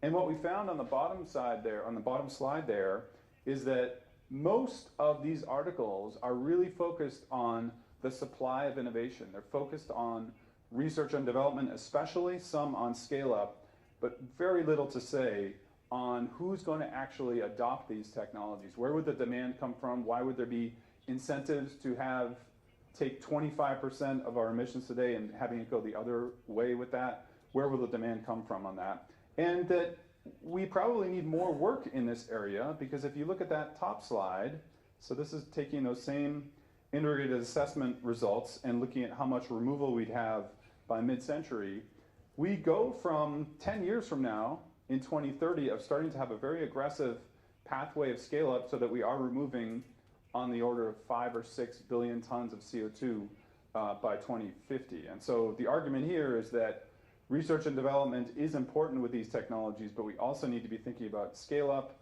demonstrations, and then where the demand for these is going to come, because within 10 years, we're going to start to have to be deploying these on a real commercial scale. So that's one of the big messages we got from this systematic review. The other thing we did on this review is to understand the costs and potentials. So cost is on the vertical axis there, so that's dollars per ton of CO2. And just to put it in perspective, so if you look at estimates of how much damage CO2 creates, it's on the order of $40 to $50 per ton of CO2. If you look at the average price of CO2 in the world today, overall, it's probably about $2 or $3 per ton of CO2. So there's a real challenge to get these costs down. But on the other hand, we're not talking about $1,000 per ton of CO2, which is what people thought direct air capture cost 5 or 6 years ago. And in terms of potential, we are talking about several technologies that could each remove more than 1 billion tons of CO2 per year by mid-century. And so there's a lot of uncertainty with these in terms of costs and potentials, but one thing that this does create is the idea to think about portfolios of carbon removal technologies and maybe not focus on individual ones. And one of the benefits of a portfolio of diversifying our approaches here is that each of these has side effects. So we're talking about doing them all at very large scale. So one of the things we tried to do in this assessment of carbon removal technologies was to more qualitatively, with citations to the literature, but not with numbers, is to characterize the technological readiness, characterize what some of the possible side effects could be, and then importantly to talk about the permanence of the CO2 that's actually stored and sequestered. And so we did that for each of these 7 technology areas. I won't go through each of them now, but I'll just focus on one of them, direct air capture. And so on the graphic here on the top right, this is the first commercial facility. So this is done in Switzerland, and it's actually not sequestering the CO2, it's absorbing it from the air. And there's a 400-meter pipeline that goes from that machine in the front to in the back, which is some greenhouses, and it's injecting CO2 into those greenhouses and increasing the parts per million from about 400 to 600 tons, or parts per million of CO2, so you can increase the yield on tomatoes and peppers that are in those greenhouses there. So that's the first commercial deployment of air capture. In terms of summarizing some of the characteristics, so not limited in the way that a lot of these other carbon removal technologies are limited. So large removal potential. We don't see the side effects that we see for a lot of others, especially biological carbon removal technologies that in general use a lot of land and have impacts on land. The three challenges are really capital cost, as Christian said, energy use, that's heat and electricity, and then one that I don't think has really gotten enough attention, but maybe could be part of Moonshot, is what do you do with the solvent that's used, and how do you regenerate it and recycle it? Because we're talking about, again, billions of tons of removal, so that's a lot of chemicals we're talking about. In terms of characterizing the trends in costs, it seems like the costs are going down for direct air capture. That's different than others where there's a resource like land that might get depleted, where costs might go up over time. And so this is our estimate on some of the costs of direct air capture there as well. Okay, so now I want to take a little bit more of this historical perspective and say, how could we develop a technology policy plan for this pretty appealing and interesting technology to deal with climate change? And so this is where we try to learn from what's happened in the past. So this is looking at a recent book project I just finished. I've got a couple of copies I'd be happy to share with people, but the three questions in this book were looking at solar PV. How did solar PV get cheap? Why did it happen so slowly? And how can we use it as a model? And the technology that I found most applicable to apply PV's lessons to is direct air capture. And so I wanted to talk about what came out of this historical study here.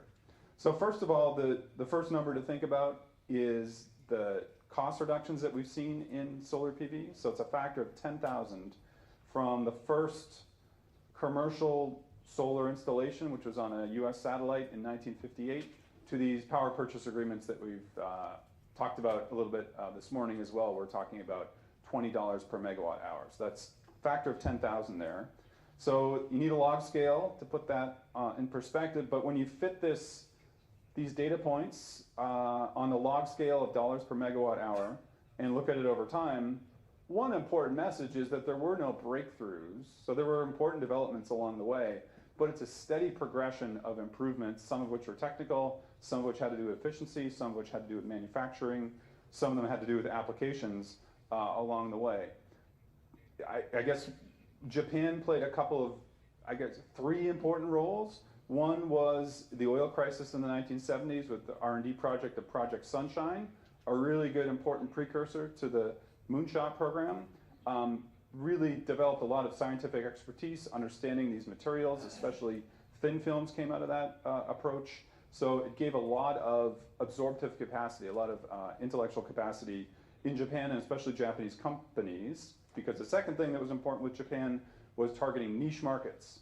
So these electronic conglomerates that were really important global companies in the 80s and the 1990s got into solar at a time when energy prices were quite low in the 1980s, and there was very few policy incentives to get solar going. But integrating very small solar panels into watches and calculators and toys kept the industry alive and got these companies interested in the technology as well. And then finally, the third Japanese contribution was the rooftop program in 1995, the first subsidy program for residential solar at a national scale. And we had 200,000 Japanese installations that happened in the late 90s and early 2000s from that. And then to think about the other actors that were involved, maybe just to characterize it in a really brief way, the US was really important in creating the technology. Germany was really important in creating markets. And the Chinese were really important in making the technology cheap. And that's kind of the sequence that we see with this technology. Distinct contributions by lots of different countries. No single country was able to persist with efforts on solar, and any company that had a world lead for a while never had that lead for more than a couple of years. So it was really an international relay race of passing the torch and expertise. This is I think one of the most interesting figures. All the data points on this figure here were published in 1975, except for that 2018 data point there. This was the leader of the US solar program in 1975, came from Texas Instruments. That was a company that was making calculators and other consumer electronics, and they realized that they could make those technologies cheaper as they produced more and more units. And so the idea that Paul Maycock, the head of the DOE solar program in the 1970s, was, could we do this for solar? And so he took the data from that first solar satellite in 1958 and looked at that progress, and then fitted learning curves, which came from Texas Instruments and making calculators, and projected them into the future. And then if you plot the data today, he was pretty much right on, and we're actually on a bit of a faster learning curve than his middle case. The other thing, that, and this could also be a good lesson, is that he also calculated that it might cost something to subsidize our way to the right on this figure in order to get the cost to come down. And that he put as $10 to $20 billion in 1975 dollars, so maybe you say that's something like $60 or $70 billion in today's dollars. The German renewable energy law and that feed-in tariff was about $220 billion, so maybe about 3 times as much as this. But it's not an order of magnitude different, and potentially you could have gotten the same result with maybe less public incentives. So there really was something about subsidizing the technology, not just to deploy the technology and to get pollution benefits that came from that, but to get the technology to get better because of this idea of learning by doing. So that was an important policy. So just to summarize the solar story in a way that's kind of general and potentially applicable to other technologies. So the first stage was about creating the technology. The second stage was about building a market for that technology. And the third stage was about getting the costs out. And in terms of creating a technology, Einstein's Nobel Prize was important for the Bell Labs employees who developed the first commercial solar cell in the 1950s. Research and development that went all along the way, not just at the beginning, as Martin referred to earlier. There's evolving foci for R&D that leads to improvements. Sometimes it needs to be in machines and manufacturing. Knowledge spillovers were so crucial. People moving around the world, knowledge getting exchanged with scientific conferences, symposia like this. And then in terms of building a market, niche markets were crucial for solar. It wasn't that solar had to compete with coal power plants right away. It took 50 or 60 years to get to the point today so that it can with those contracts that we heard about this morning. But earlier, it was looking at small markets with high willingness to pay, satellites where $200,000 per megawatt hour was worth it because the alternatives were not that viable. The modular scale of solar allowed it to serve many, many different types of markets. There's a factor of 1 billion between the smallest commercial application, like a calculator, and the largest, like a utility scale solar power plant today. And almost every scale in between has been used to serve some kind of market. So if we're thinking about other technologies that might be part of the Moonshot program, looking for niche markets as a way to get started with high willingness to pay, and maybe not giant markets, but then getting to larger markets with lower willingness to pay can make a big difference. Policy support, one thing that was really important for solar is that it was robust. And robust has a couple meanings. One is strong, that was important. But two is there wasn't just one policy that created demand for solar. There was a market in Japan, and then there was a market in Germany, then there was a market in Spain, then there was a market in Italy, then there was a market in the UK, there's one in California. Eventually China became the biggest market in the world, but there wasn't one election or one change of mind on policy that would have crippled the market. And that's when I say robust, it's having many different policies that could support. Potentially overlapping policies might be okay. And then finally on making it cheap, I talked about learning curves, learning by doing.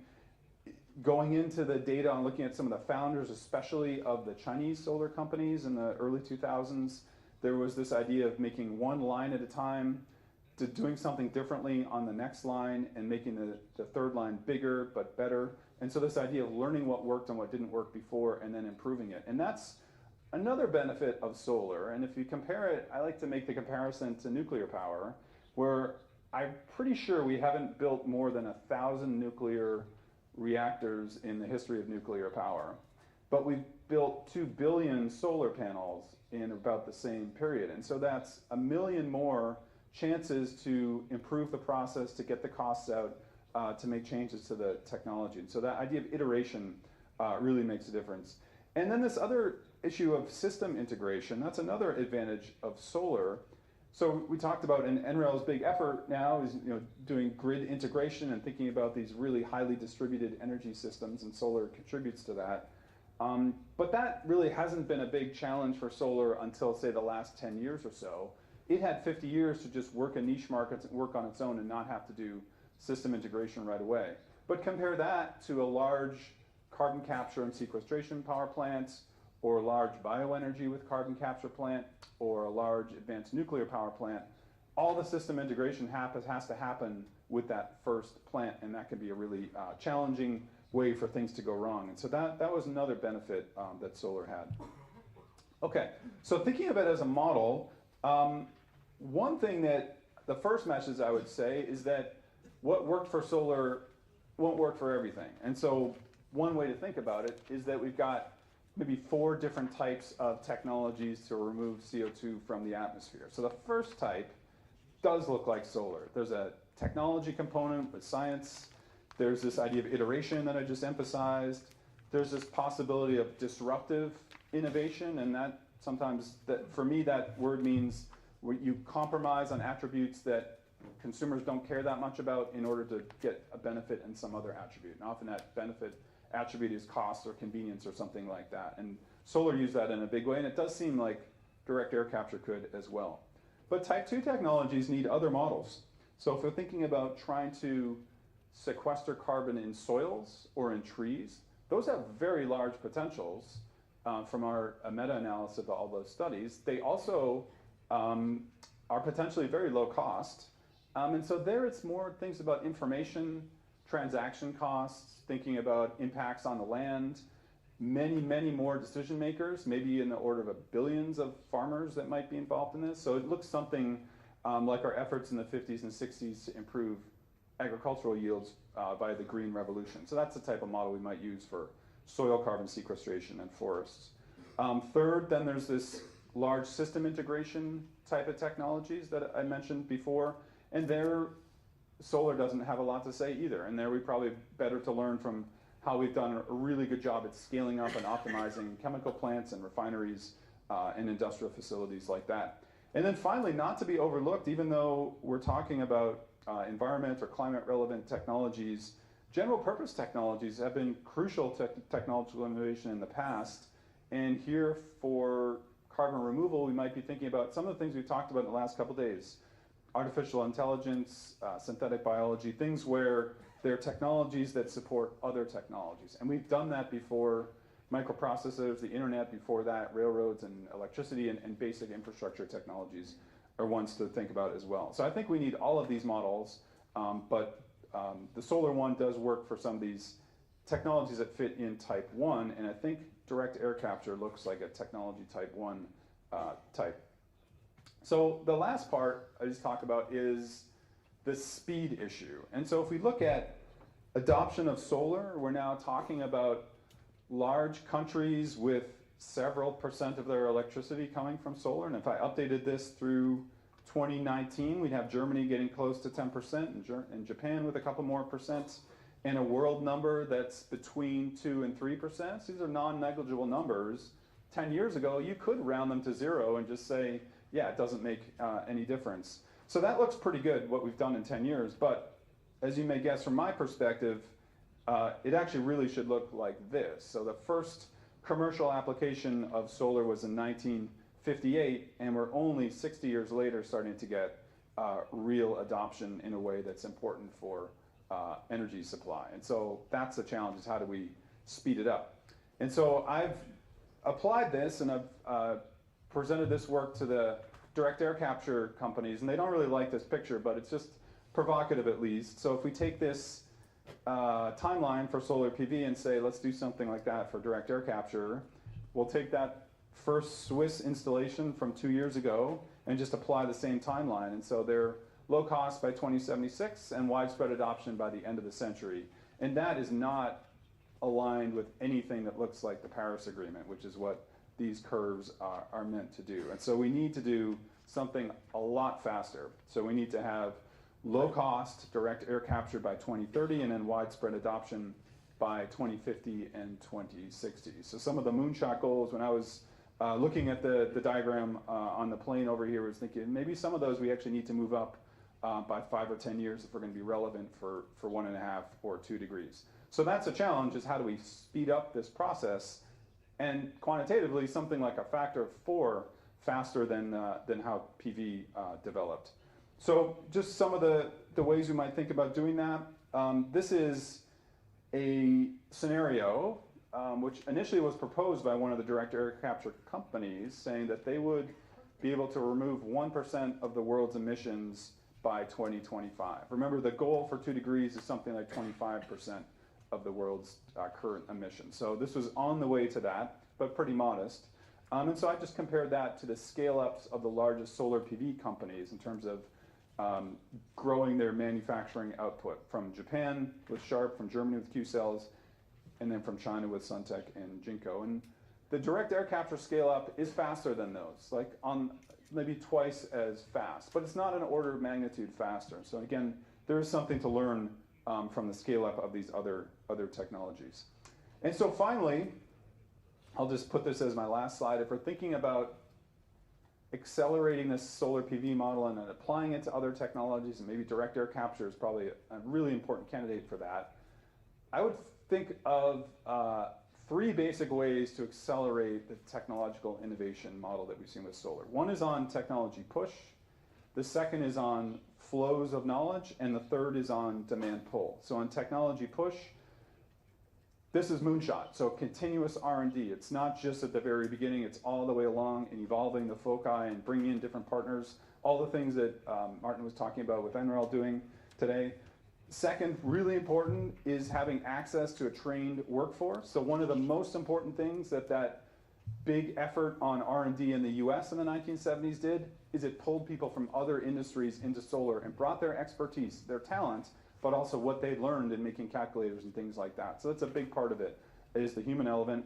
Public procurement, that was a really important part of the US story in the 1970s, this idea of a block buy program where the government would set parameters about what it needed in terms of efficiency and reliability, and would agree to purchase a certain amount of panels that would come. And it led to the manufacturers making improvements, but also making panels for real customers. So public procurement's been really important for other technologies. On knowledge flows, so having knowledge get out of people's heads and into things like equations, algorithms, scientific reports, especially data sets that can be accessed widely, that's really been helpful for solar. Having knowledge spill over from one person to another, from one company to another, from one country to another, that's been really crucial, enhanced by global mobility of finance, of people, of machines, of equipment, and of final products going to whatever markets were most attractive for them at the time. That's been a huge part for solar, and I expect the same for direct air capture. And then finally, the last band is on demand pull, so creating markets. Robustness, so there's not just one policy or one election that's going to make a market go away. Disruptive production, so finding ways to compromise on attributes that maybe aren't that important as a way to improve attributes that are important, whether that's cost or removal potential or whatever it is. And then finally, political economy considerations. So with solar, every market where solar actually made progress, Japan, US, Germany, China, all stimulated a reaction from the entrenched technologies, whether it was utilities or large companies, that really stymied the progress and slowed it down. And so I think there was a sense that if we have better technology, it'll eventually win, and that's probably true. But in the meantime, those that are hurt by that new technology can slow it down with policy or other areas. And so finding ways to stop those barriers and get around them, I think, is important as well. So I'll stop there. So, thanks. Well, thank you very much for Professor Nemet for providing us some insights on acceleration of innovation for direct air capture. So next speaker is INABA Sensei, please. Oh, sorry.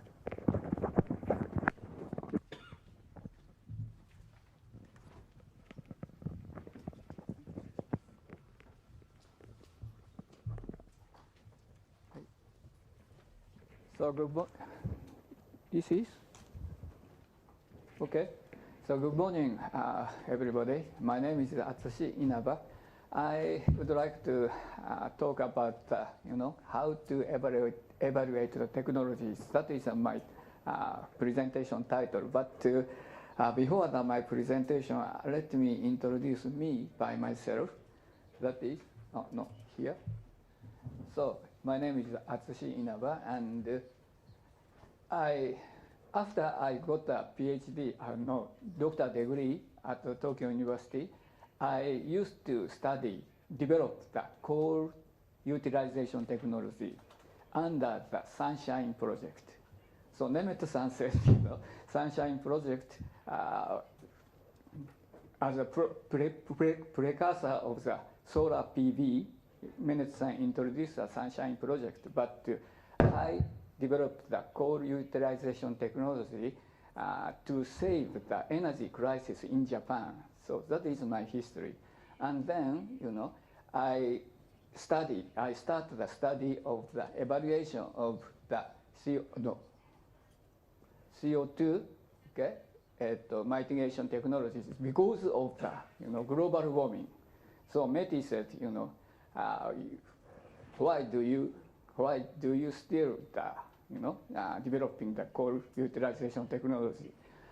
World is entered global warming. So that's in that sense, I switched my study to the CO2 mitigation technologies. And then after that, I went to the IASA, that is in Vienna, that is International Applied System Analysis, that is IASA. And I learned the energy system. And then I switched my study from the energy system to the life cycle assessment. That is in 1993. 1993 is the start point of the TC 207 ISO, International Standard of the Technical Committee 207. That is environmental management. Environmental management ISO is very famous for the PDCA cycle. That is management of the industrial site. But Technical Committee 207 includes also the life cycle assessment. So I switched from the energy system to the ISO standard life cycle assessment. That is very similar, okay, to study. Anyway, today I would like to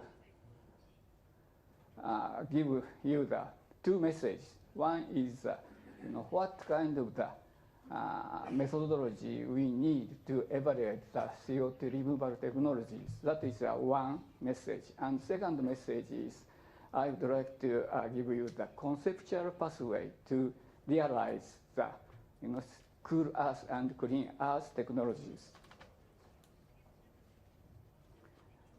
Chairman of YAMAJI Sensei already showed this one. This one is there is a very big gap between the total amount of the pledge of each countries and the target of the Paris Agreement to below 2 degrees. This Nemet-san shows another, kind of this thing here. However, the meaning is the same. There is a big gap between these. And in order to maintain this gap, there are so many technologies proposed already. And Nemet-san categorized these technologies in another way. However, anyway, here is the natural. We have to use the natural activities, and this is a technological. Nemet-san focus on the ducts, and this is a BEX and also BEX. Okay, so but I would like to say, if I focus on the ducts, Nemet-san also said, here is the cost is very much expensive and some uncertainties how to implement this one. So many problems we have in these categories, but cost is the most important. Everyone says so. Okay, here is Nemet-san's estimation, as I can understand, correctly. Average the duct cost is 100 or 150, right? So if we can reduce this cost around this, we can take the duct more and more. Cost is very much important. And if we focus on the cost of CCU, the utilization technology, we can find that this, Hepburn literature. He published this figure in this year. So x-axis is the potential to reduce the CO2, and very big uncertainties has in this picture. So here is small amount. That is less estimation, and this is more big estimation.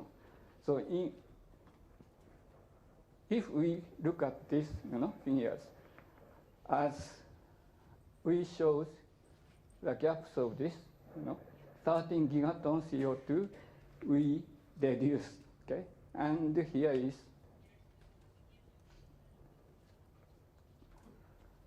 the 13 gigatons. So please look at this. Y-axis is the cost to reduce the CO2. That means, we need 200 US dollars per ton CO2 technologies if we focus on the reduction of the 13 gigatons. But anyway, if we focus on the duct technology, this is a flow diagram of the duct technology, and then, many people said already, we need just electricity, okay, or some energy. So I would like to show this one, In here, we need energy, and here is also we need energy. And probably, in order to produce some chemical product, we need a hydrogen, right? And in order to produce a hydrogen, we need also the energy, okay? And Christian said, we can provide this kind of the energy, having the less or zero, CO2. However, that is very much optimistic, I think. I would like to know your opinion about that. But anyway, we need energy and hydrogen, okay? So in order to reduce the CO2, we have to look at what kind of energy we need, okay? That is the first point. And this is the estimation of the, ducts, energy estimation, and, energy, that means, thermal energy and electric power. As I would like to say, we have so many estimation, okay? However, I think, system boundary is very much important. I mean, the system boundary to calculate these energies, okay? I mean, how to calculate these energies, that is very much important. So I would like to propose, okay, life cycle assessment. That is my history. So from the energy technology to evaluation of the energy system, and then I start the life cycle assessment. Life cycle assessment is, what is that? That is, this figure shows one example as a refrigerator. Refrigerator is very much clean, no emission. However, refrigerator needs some electricity, and to generate the electric power, CO2 or something, emitted in the air. And also, in order to get some fuel for the power generation, we need some fuels, from the mine. So that is, this figure shows in Japan, so that we have to, transport these materials to Japan, okay? And then here is the, waste management. So we call this one, this side is the cradle and grave. So that means the life cycle of the, refrigerator. That is a life cycle assessment. And here is the life cycle assessment already published as a ISO standard 14040 and 44. So I would like to propose we have to use this technology to evaluate the CO2 removal technologies. So this is one example of the life cycle assessment. I took this figure, IPCC 2011. This figure shows the CO2 emission of the, each power generation technologies. Here is the PV, and here is the wind, and the hydropower is here, and this is the CO2, emission by the kilowatt hour. So PV is a very small, but the wind energy is more small. Okay, and here is the coal technology, coal power generation. That is a very much high, CO2. So we can compare the technologies by using the life cycle assessment. We set the same system boundary to calculate the CO2. Okay, that is very much important issues. So I would like to say, we have so many proposals of the CO2 removal technologies. However, how to evaluate this one? That is my point. We should use the life cycle assessment. How much we can reduce by these technologies. At least, right now, many people assess by themselves. However, at least we need a guideline of the life cycle assessment to evaluate the CO2 removal technologies. Okay, that is my first message. And second message is, I would like to show you the conceptual pathway to realize the cool earth and clean earth. That is, this is a conceptual figure, to reduce some substances. So currently we use the fossil fuel and resources, and some part is already recycled. However, here is a certain amount of the harmful substances leak out to the environment. That is the current situation.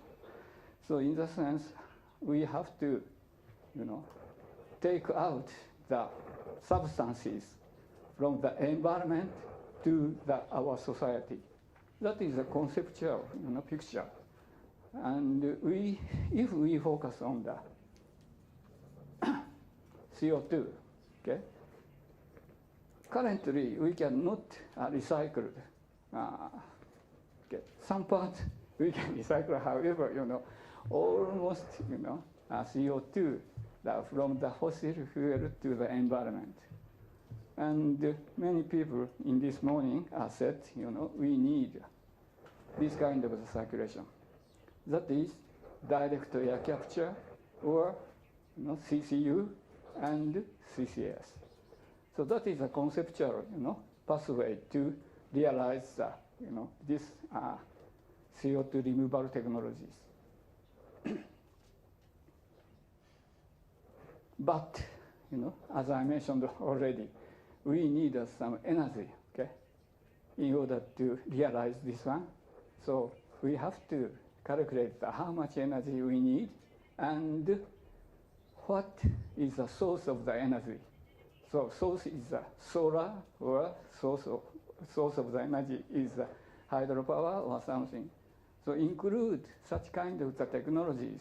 We have to calculate, okay, how much CO2 emitted by these technologies. So also the same things, about the marine plastic litter and the nitrogen circulation. Okay, so we have to look at these pathways, and then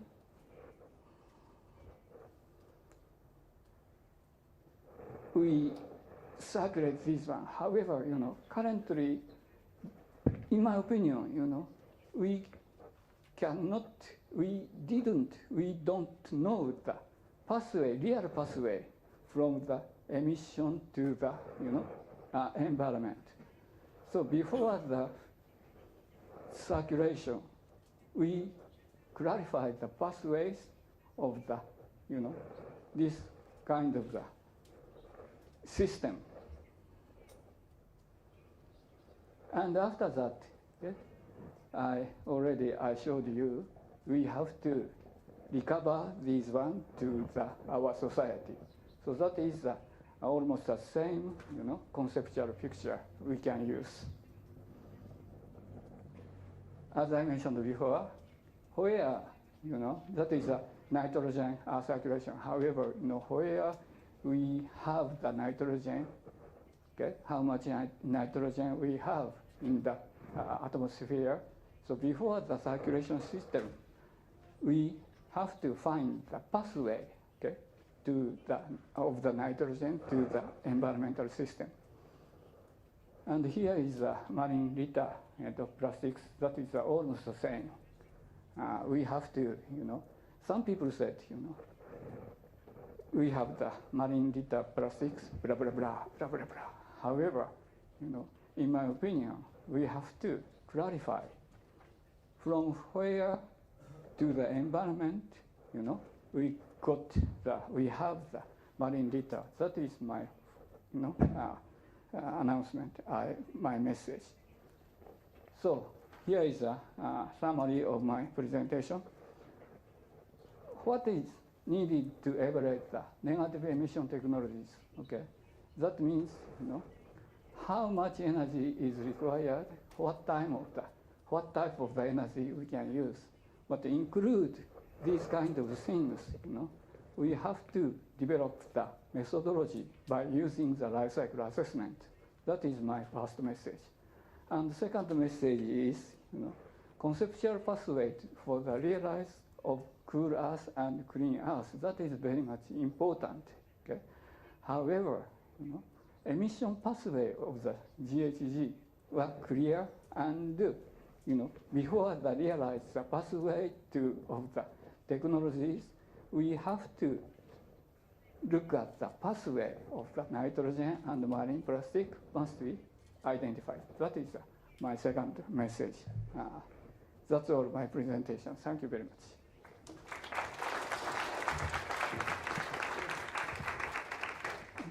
Thank you very much, Professor Inaba. He highlighted the importance of life cycle assessment for carbon dioxide removal in terms of energy and carbon dioxide. And also he pointed out, first we identify the emission pathway of nitrogen chemical compound and the marine plastic litters. So thank you very much. Okay, so thank you very much all keynote speakers. Let me briefly wrap up. Okay, firstly, Dr. Martin Keller informed us very wide vision of megatrend of energy and ongoing transformation in the United States. Coal is down and renewables up and such kind of thing. And he highlighted energy systems integration is a very unique phenomena now we are facing. For example, changing grid. Okay, grid is getting more complex and more distributed. And to manage that distributed and complex grid, we need power electronics and control of millions of devices, such kind of systems management. And then he rather close to our theme.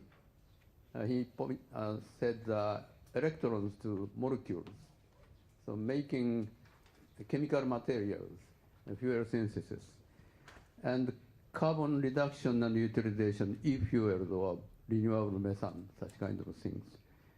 And also plastic, he said upcycling. Okay. So this is close to our idea, proposing as a moonshot goal candidate.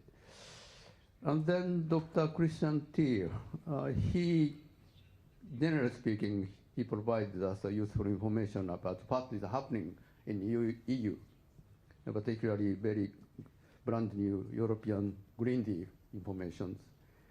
And they are aiming climate neutral situation and the long-term vision they provided. He introduced us. And also including carbon capture and utilization and sustainable alternative fuels.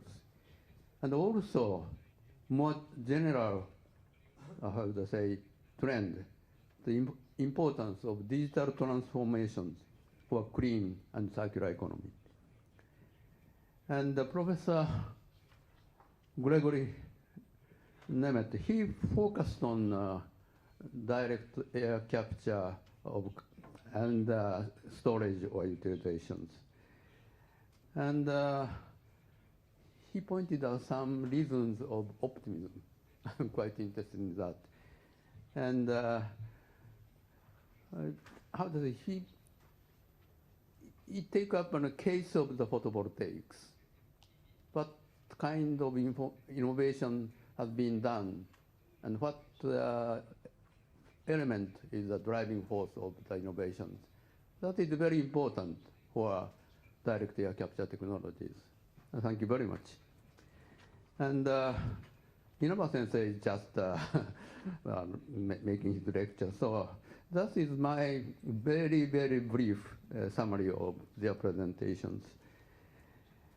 And as a wrap-up of this working for keynote session, in short, I think challenges to global threats for cool and clean Earth described in the initiative report of our group, working group, was shared.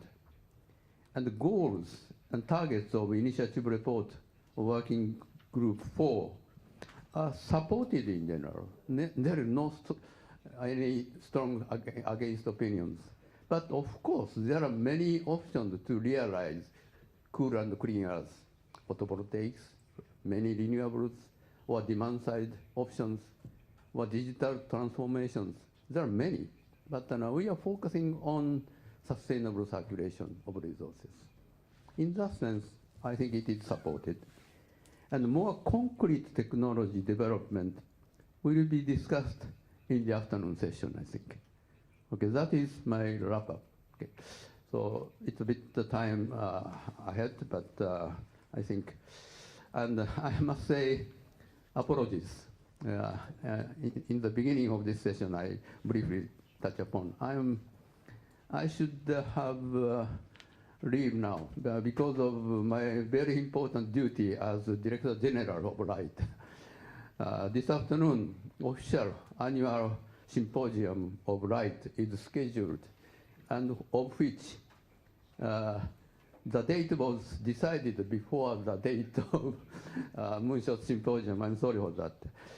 And in the RITE annual symposium, I must deliver keynote speech and to play a role of host as representative of RITE. So that is the reason. And the afternoon session, that will be scheduled to start 1:15, a quarter past 1 o'clock, okay? And as I already said to you, the afternoon session was moderated by sub-chair, Professor Atsushi. I hope you have fruitful discussions in the afternoon too, and leading to a positive prospect for the theme of Working Group 4 as a Moonshot goal candidate. Thank you very much.